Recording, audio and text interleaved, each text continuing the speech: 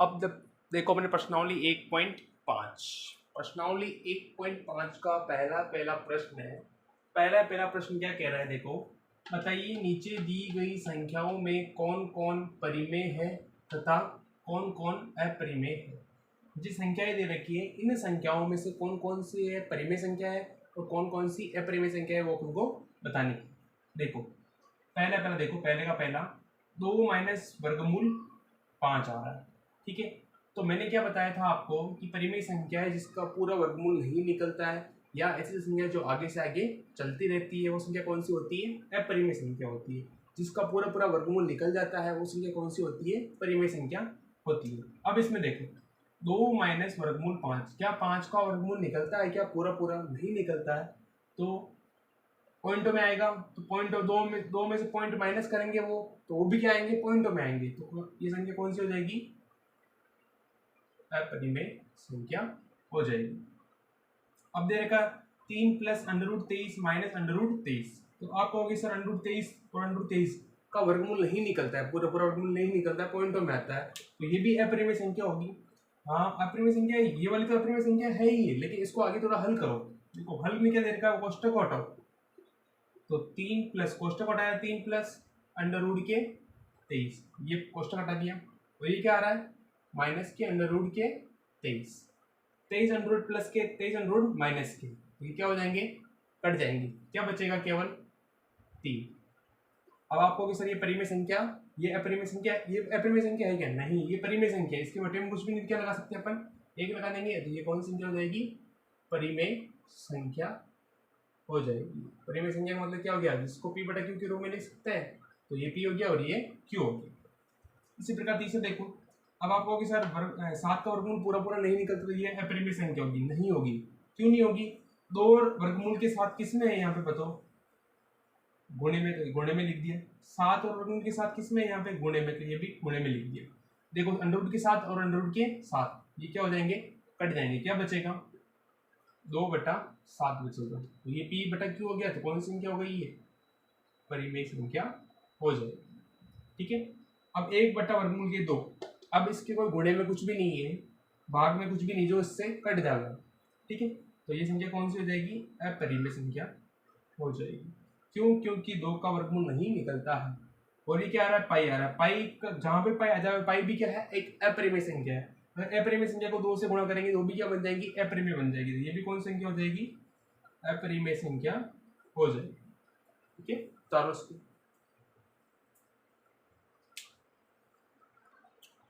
अब देखो प्रश्न नंबर 2 क्या कहता है, निम्नलिखित व्यंजकों में से प्रत्येक व्यंजक को सरल कीजिए। ये व्यंजक दे रखे हैं अपन को चारों, और इनको सरल करना है अपन को। ठीक है, पहला देखो क्या दे रखा है, 3 प्लस √3, यहाँ पे चिन्ह किसका आ रहा है, गुणे का आ रहा है। ठीक है, 2 प्लस √2, इन दोनों व्यंजकों को क्या करना है, अपन को गुणा करना है। ठीक है, तो 3 प्लस √3 को किससे गुणा करना है, 2 प्लस √2 से। ठीक है, तो गुणा करो, 2 तिया 6, इस वाले पद को इससे भी गुणा करेंगे, 2 को √3 से भी गुणा करेंगे, 2 को √3 से गुणा करेंगे कितने आ जाएंगे, 2 √3, इसको इससे गुणा कर लिया, √3 से भी गुणा कर लिया। अब √2 को किससे गुणा करेंगे, 3 से भी गुणा करेंगे और वर्गमूल के 3 से भी, तो अंडर के 2 को 3 से गुणा करेंगे तो 3 वर्गमूल 2, 3 वर्गमूल 2 आ जाएगी। वर्गमूल 2 को वर्गमूल 3 से गुणा करेंगे तो वर्गमूल के 6 आ जाएंगे। ठीक है, तो ये सरल नहीं हो रहा, तो अपना उत्तर ही क्या जाएगा, ये आ जाएगा, ये गुणा कर दिया हमने। दूसरा देखो 3 प्लस √3, 3 माइनस √3, दोनों के बीच में क्या आ रहा है, यहाँ पे गुणे का निशान है, दोनों गुणा करना है। देखो 3 आ रहा है और यहाँ पे 3 आ रहा है, वर्गमूल के 3 आ रहा है और यहाँ पे वर्गमूल के 3 आ रहे हैं, लेकिन यहाँ पे प्लस आ रहा है और यहाँ पे क्या आ रहा है, माइनस आ रहा है। सूत्र कौन सा बन रहा है, चूंकि a plus B, a minus B बराबर क्या होता है, a² माइनस b²। देखो ये तो हो गया a प्लस बी, ये हो गया a माइनस बी, तो a², तो a कितना है यहाँ पे 3, तो 3 का स्क्वायर माइनस b कितना है, वर्गमूल के 3 का स्क्वायर, 3 का स्क्वायर करेंगे कितने आ जाएंगे 9, वर्गमूल के 3 का स्क्वायर करेंगे कितने आएंगे, वर्गमूल के 9, और वर्गमूल के 9 का मान कितना होता है 3, तो 9 में से 3 गए कितने बच गए 6, तो इन दोनों को सरल किया तो उत्तर कितना आ गया अपने पास 6 आ जाएगा। ठीक है, अब ये वाला देखो, अंडर रूट के 5 प्लस अंडर रूट के 2 का क्या दे रखा है, होल स्क्वायर दे रखा है। तो अपने सूत्र है a प्लस बी का होल स्क्वायर, सूत्र लगाना चूंकि लिखे, चूंकि a प्लस बी का होल स्क्वायर बराबर क्या होता है, a square plus 2ab plus B square. तो ये तो क्या हो गया a और ये क्या हो गया b। तो a का स्क्वायर मतलब किसका स्क्वायर हो जाएगा, अंडर रूट के 5 का स्क्वायर प्लस सूत्र का प्लस ये प्लस सूत्र के 2 ये 2, a कितना आ रहा है वर्गमूल के 5, b कितना आ रहा है वर्गमूल के 2, b कितना है वर्गमूल के 2, b का स्क्वायर तो इसका भी क्या हो जाएगा स्क्वायर हो जाएगा। तो इस 5 का स्क्वायर करेंगे, वर्गमूल के 5 का स्क्वायर करेंगे देंगे वर्गमूल के 25, वर्गमूल के 25 का मान कितना होता है 5 होता है, तो डायरेक्ट लिख दिया 5, या फिर एक स्टेप और ज़्यादा जाएगी, वर्गमूल के 25 आ गए प्लस 2 ये 2, वर्गमूल के 5 इंटू वर्गमूल के 2, वर्गमूल के 2 का स्क्वायर कितना होता है वर्गमूल के 4, 25 का वर्गमूल कितना होता है 5 plus 2 under root 5 into under root 2, और वर्गमूल के 4 का मान कितना होता है 2 होता है। देखो 5 और 2 कितने हो जाएंगे, कितने हो जाएंगे 5 2 कितने हो जाएंगे 7, 5 और ये 2, और ये बच जाएगा प्लस के 2 वर्गमूल के 5 इंटू वर्गमूल के 2, तो ये क्या आ जाएगा अपना उत्तर आ जाएगा।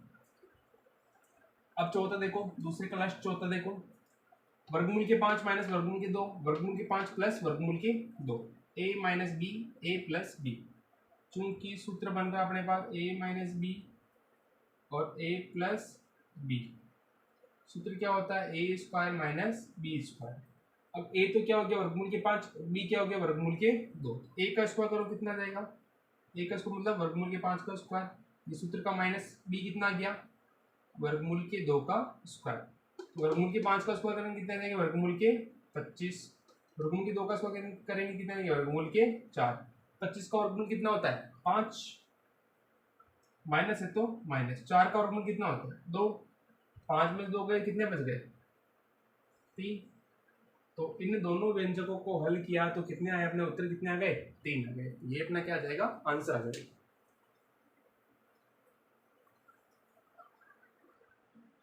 देखो प्रश्न नंबर 3, प्रश्न नंबर 3 क्या कह रहा है, आपको याद होगा कि पाई को एक वृत्त की परिधि मान लीजिए c और उसके व्यास मान लीजिए d के अनुपात से परिभाषित किया जाता है, अर्थात pi equal to c upon d है। यह इस तथ्य का अंतर्विरोध करता प्रतीत होता है कि पाई अपरिमेय है। ये कह रहा है कि ये अंतर्विरोध कर रहा है कि भी पाई जो क्या है अपरिमेय है। वैसे अपन जानते हैं कि पाई जो है जो क्या है परिमेय है या अपरिमेय, परिमेय अपरिमेय है, तो अपरिमेय होते हुए अंतर्विरोध कैसे करेंगे। ठीक है, तो इस अंतर्विरोध का निराकरण आप किस प्रकार करेंगे। ठीक है, तो आप निराकरण में देखो, हल में देखो, ये लिखने से पहले देखो आपको ये करना है, अपन को दे रखा है pi equal to C upon D, pi बराबर क्या दे रखा है सी बटा डी दे रखा। ठीक है, अपन जानते हैं क्या जानते हैं कि जो पाई जो है कौन सी संख्या है, ये अपरिमेय संख्या। ठीक है, ये अपरिमेय है, लेकिन ये देख क्या दे रखा सी अपॉन डी, मैंने क्या बताया था परिमेय संख्या जिसको पी बटा क्यू के रूप में लिखो, ए बटा बी के लिखो, एम बटा एन लिखो, सी बटा डी लिखो, कुछ भी लिखो, तो किसी को बटे के रूप में लिखते हैं जहाँ पे क्यू 0 के बराबर नहीं होना चाहिए, मतलब हर 0 के बराबर नहीं होना चाहिए। यहाँ पे ये 0 नहीं आ रहा है, सी बटा डी दे रखा है, तो ये संख्या कौन सी हो जाएगी परिमेय संख्या हो जाएगी। ठीक है, कौन संख्या हो जाएगी परिमेय संख्या हो जाएगी। अभी कह रहा है पाई बराबर सी बटा डी है, यह इस तथ्य का अंतर्विरोध करता प्रतीत होता है कि पाई अपरिमेय है।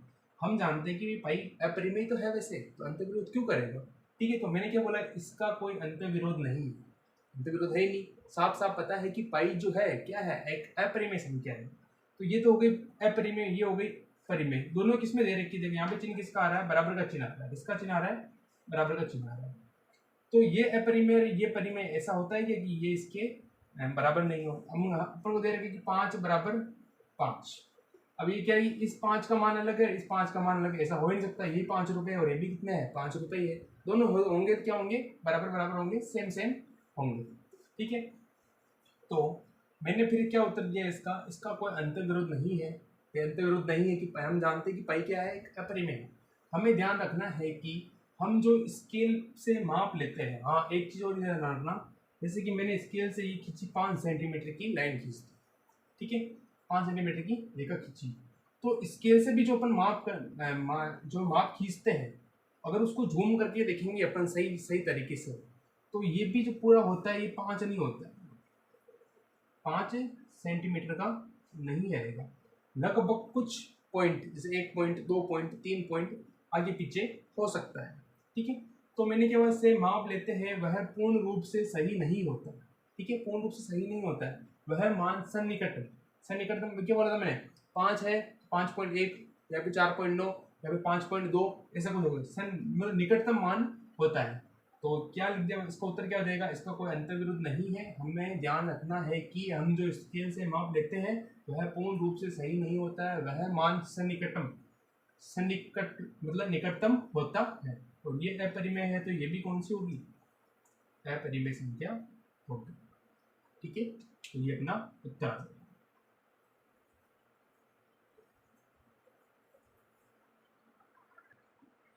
अब देखो अपने प्रश्न नंबर 4।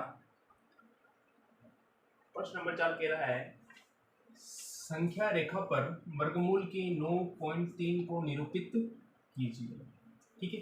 संख्या रेखा पर अपन को वर्गमूल के 9.3 अपन को निरूपित करने हैं। जैसे हमने वर्गमूल के 2, वर्गमूल के 3, वर्गमूल के 4 को निरूपित किया था, वैसे इसको भी क्या करना है अपन को निरूपित करना है। तो 9.3 दे रखा, कितना दे रखा अपन को, 9.3। तो सर्वप्रथम क्या करेंगे अपन, 9.3 की एक रेखा खींचेंगे। क्या किया मैंने, सबसे पहले 9.3 सेंटीमीटर की मैंने एक रेखा खींची, ठीक है। मान लो कि आपको स्केल से खींचनी है, 9.3 सेंटीमीटर की रेखा खींचनी है, ठीक है। मैंने अंदाज से खींच लिया, मान लो कि मैंने एक भी रेखा खींच ली, कितनी है ये, इसका माप कितना है ये 9.3, ठीक है। अब क्या करेंगे अपन, ई से क्या करेंगे, 1 सेंटीमीटर आगे और रेखा खींचेंगे इस बी बिंदु से। मान लो कि बी बिंदु ये रहा, ए बिंदु ये रहा, बी बिंदु से क्या किया मैंने, 1 सेंटीमीटर और आगे खींच लिया। मान लो कि 1 सेंटीमीटर ये रहा, आपको 9 सेंटीमीटर 9.3 सेंटीमीटर ये खींचनी है, और इससे आगे 1 सेंटीमीटर स्केल से आपको आगे और लाइन खींचनी है, सीधी लाइन खींचनी है, ठीक है। अब देखो ये कितनी आ गई, 1 सेंटीमीटर। अब देखो ए से बी तक तो कितनी है 9.3, और बी से सी कितनी है 1 सेंटीमीटर। अब ए से लेके सी तक पूरी कितनी होगी, 9.3 प्लस 1 कितने रहेंगे 10.3। तो ए से लेके सी तक कितना हो गया 10.3, 9 में 1 जोड़ 10, 10 और 3.3 कितने हो गया 10.3, ठीक है। यहाँ तक आपको समझ में आ गया। अब देखो, अब क्या करेंगे हम, जो एसी जो रेखा दे रखी है, कौन सी रेखा, एसी रेखा, इसका क्या करेंगे, समद्विभाजन करेंगे। समद्विभाजन का मतलब क्या होता है, 2 बराबर भागों में बांटना। तो आपको प्रकार लेना है, ठीक है। प्रकार की नोक को यहाँ पे रख के पेंसिल से ऊपर की तरफ चाप काटेंगे और एक नीचे की तरफ चाप काटेंगे। प्रकार की नोक को यहाँ पे रखना, ऊपर की तरफ चाप काटना और नीचे की तरफ चाप काटना है, समद्विभाजन कर रहे हैं अपन इसलिए। फिर प्रकार की नोक को सी पे रखेंगे और एक ऊपर की तरफ चाप काटेंगे और एक नीचे की तरफ चाप काटेंगे, ठीक है। मैंने अंदाजे से काटा है, लेकिन आपको प्रकार से काटना है। अच्छा, आपको किसी प्रकार से कितना लेवे, तो प्रकार को क्या करना है अपन को, यहाँ इसके आधे से ज़्यादा खोलना है, प्रकार को आधे से ज़्यादा खोलना है, आधे से ज़्यादा खोल के ऊपर की तरफ काट दिया, नीचे की तरफ काट दिया, फिर यहाँ पे रख के ऊपर की तरफ काट दिया और नीचे की तरफ काट दिया, फिर डैश करते हुए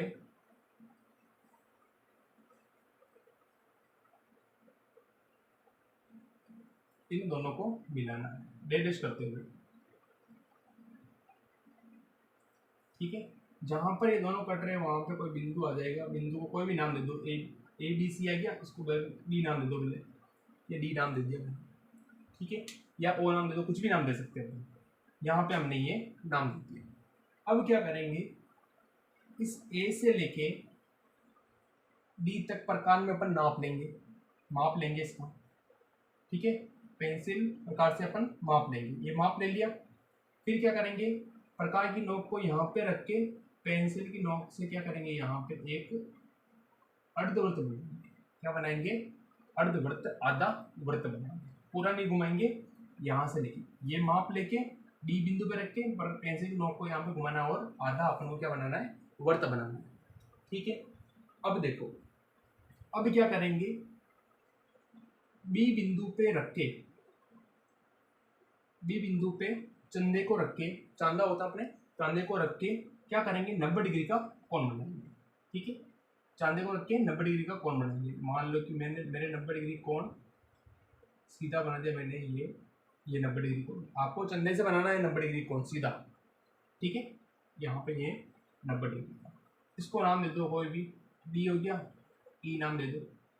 ठीक है, अब क्या करेंगे, इस ई को इस डी से मिला देंगे।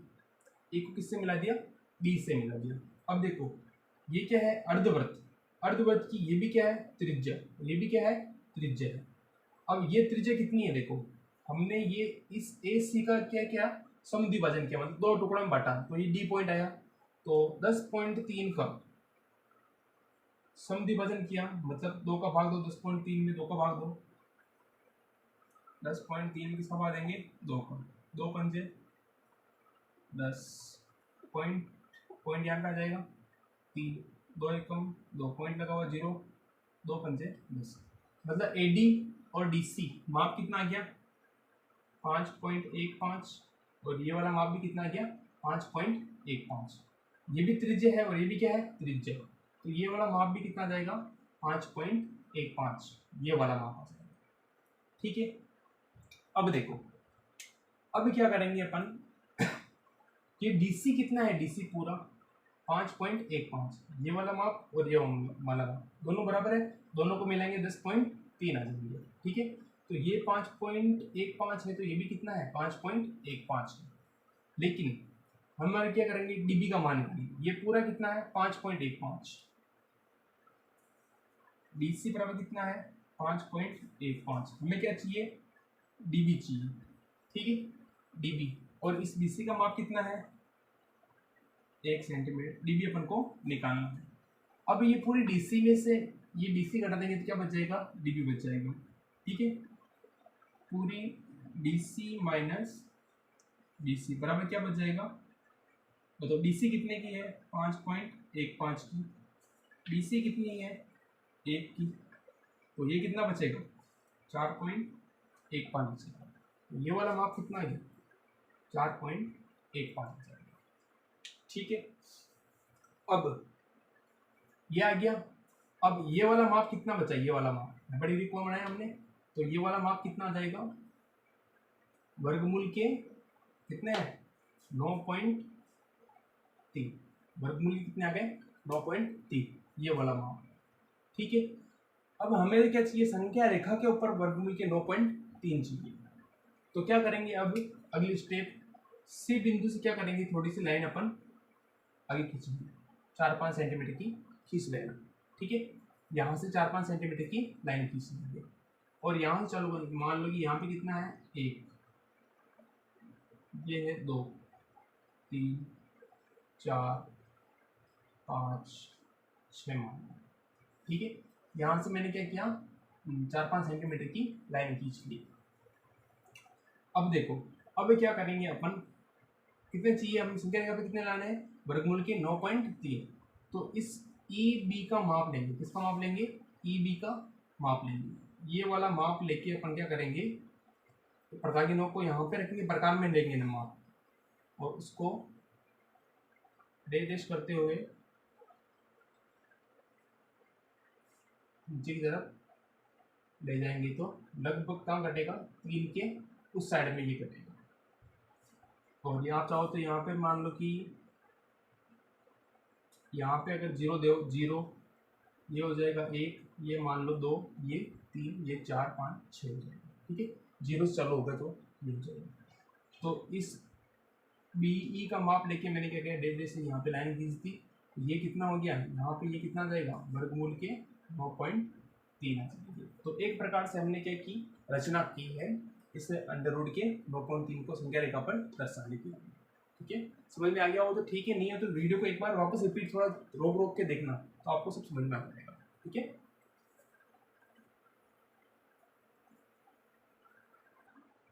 प्रश्न नंबर 5 देखो। प्रश्न नंबर 5 कह रहा है निम्नलिखित के हरों का परिमेयकरण कीजिए। ये दे रखे हैं और हरों का क्या करना अपन को परिमेयकरण करना है।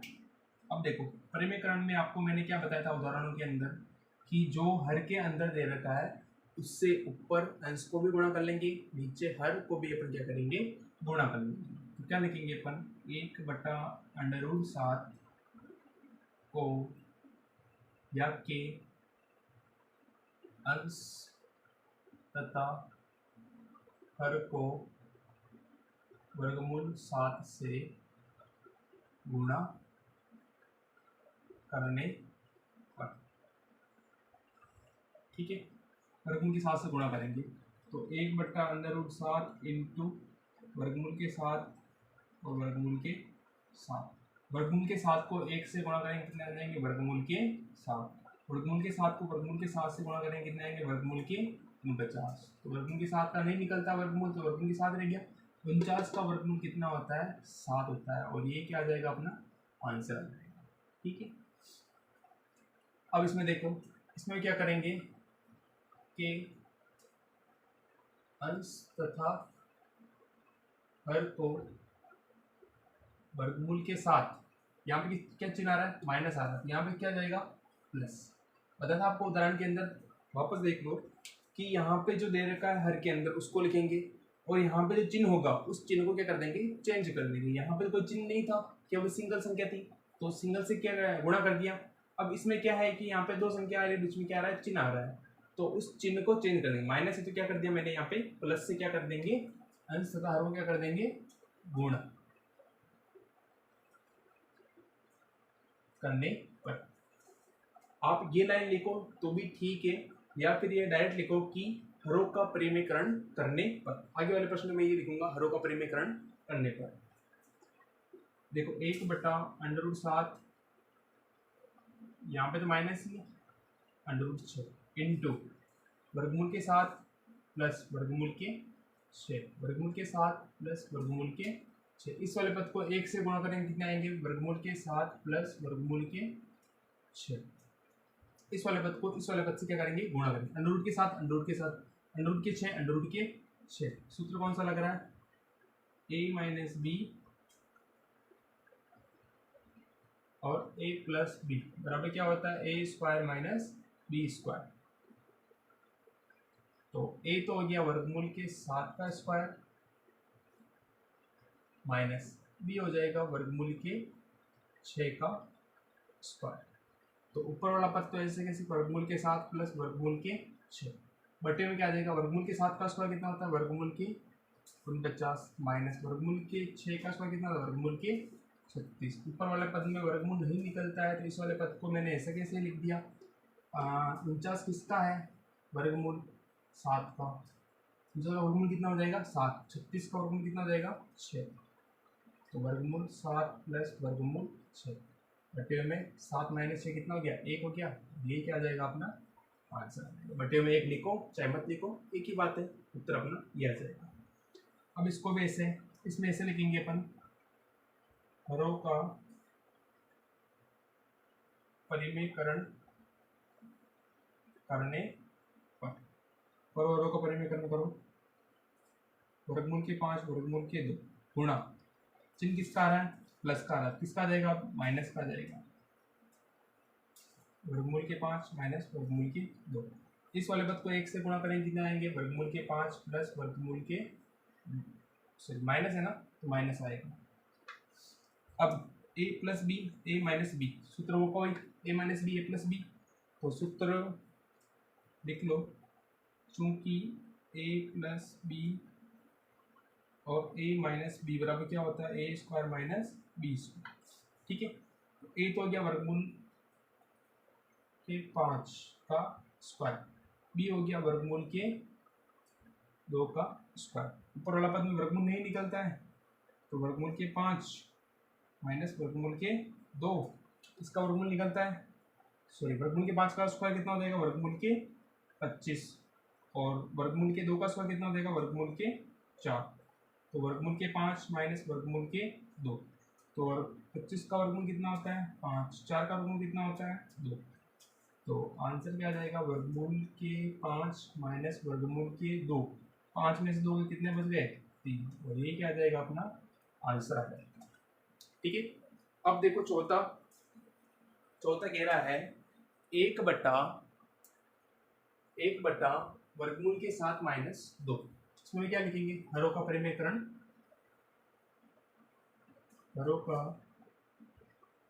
परिमेयकरण करने पर, तो हरों का परिमेयकरण करो, वर्गमूल के 7 माइनस 2, इसको ऐसे कैसे लिखेंगे, इनटू, माइनस आ रहा तो यहाँ पे इधर क्या जाएगा प्लस, वर्गमूल के 7 प्लस 2, इस वाले पद को 1 से गुणा करेंगे कितने आ जाएंगे, वर्गमूल के 7 प्लस 2, वर्गमूल के 7 को वर्गमूल के 7 से गुणा करेंगे तो वर्गमूल के, या फिर देखो इसमें भी आ रहा है वर्गमूल 7 वर्गमूल 7, 2 2, a minus B A plus B, तो a माइनस बी और a plus B, a minus B A plus B का सूत्र क्या बनता है, A square minus B square, a कितना है वर्गमूल के 7 का स्क्वायर माइनस b कितना है 2 का स्क्वायर, तो ऊपर वाला पद तो ऐसे कि वर्गमूल के 7 प्लस 2 और बटे में वर्गमूल के 7 का स्क्वायर कितना होता है बताओ, वर्गमूल के 7 का स्क्वायर कितना होता है, वर्गमूल के 49, तो ये वर्गमूल के 49 माइनस है तो माइनस 2 का स्क्वायर कितना होता है 4, तो ऊपर वाला वर्गमूल के 7 प्लस 2 ऐसे कैसे, 49 का कितना होता है 7 माइनस 4, तो कितना आ जाएंगे वर्गमूल के 7 प्लस 2 बटा 7 में से 4 गए तो कितने बच गए 3, और ये क्या आ जाएगा अपना आंसर। ठीक है।